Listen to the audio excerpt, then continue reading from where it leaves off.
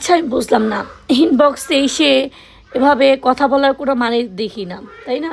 যদি বলতে হয় তুই আমার সামনে এসে কথা বল, ঠিক আছে? সামনে এসে আমার সাথে কথা বল।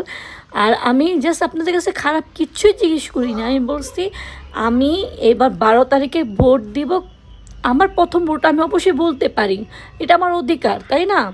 আমি কাকে দেবো একদম আমার পার্সোনাল ব্যাপারে, আমি আপনাকে জিজ্ঞেস করে দিব না, আর আপনাকে বলবো না আমি কিসে দিব, তাই না?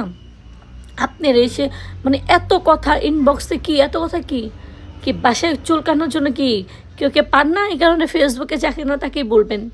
আমার মন চেয়েছে আমি তোর আর অনেক কিছু ছাড়বো, দেখলে দেখবি না দেখলে নেই, সোজা ব্লক খাবি। আর একবার যদি কোনো উল্টাপাল্টা কমেন্ট করস, ঠিক আছে? মানে কী রে ভাই, আমি বলতেছি এখন, আমি তোকে ডাইরেক্টলি বলতেছি আমি ধানের শীষে ভোট দিব, পারলে আমারে কিছু করে দেখাও, ওকে?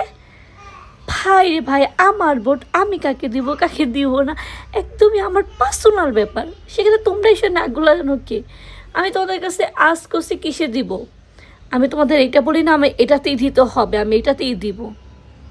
আমি ভোট যদি আমি কেউকে দিই, সেটা ধানের শীষে দিব, ওকে?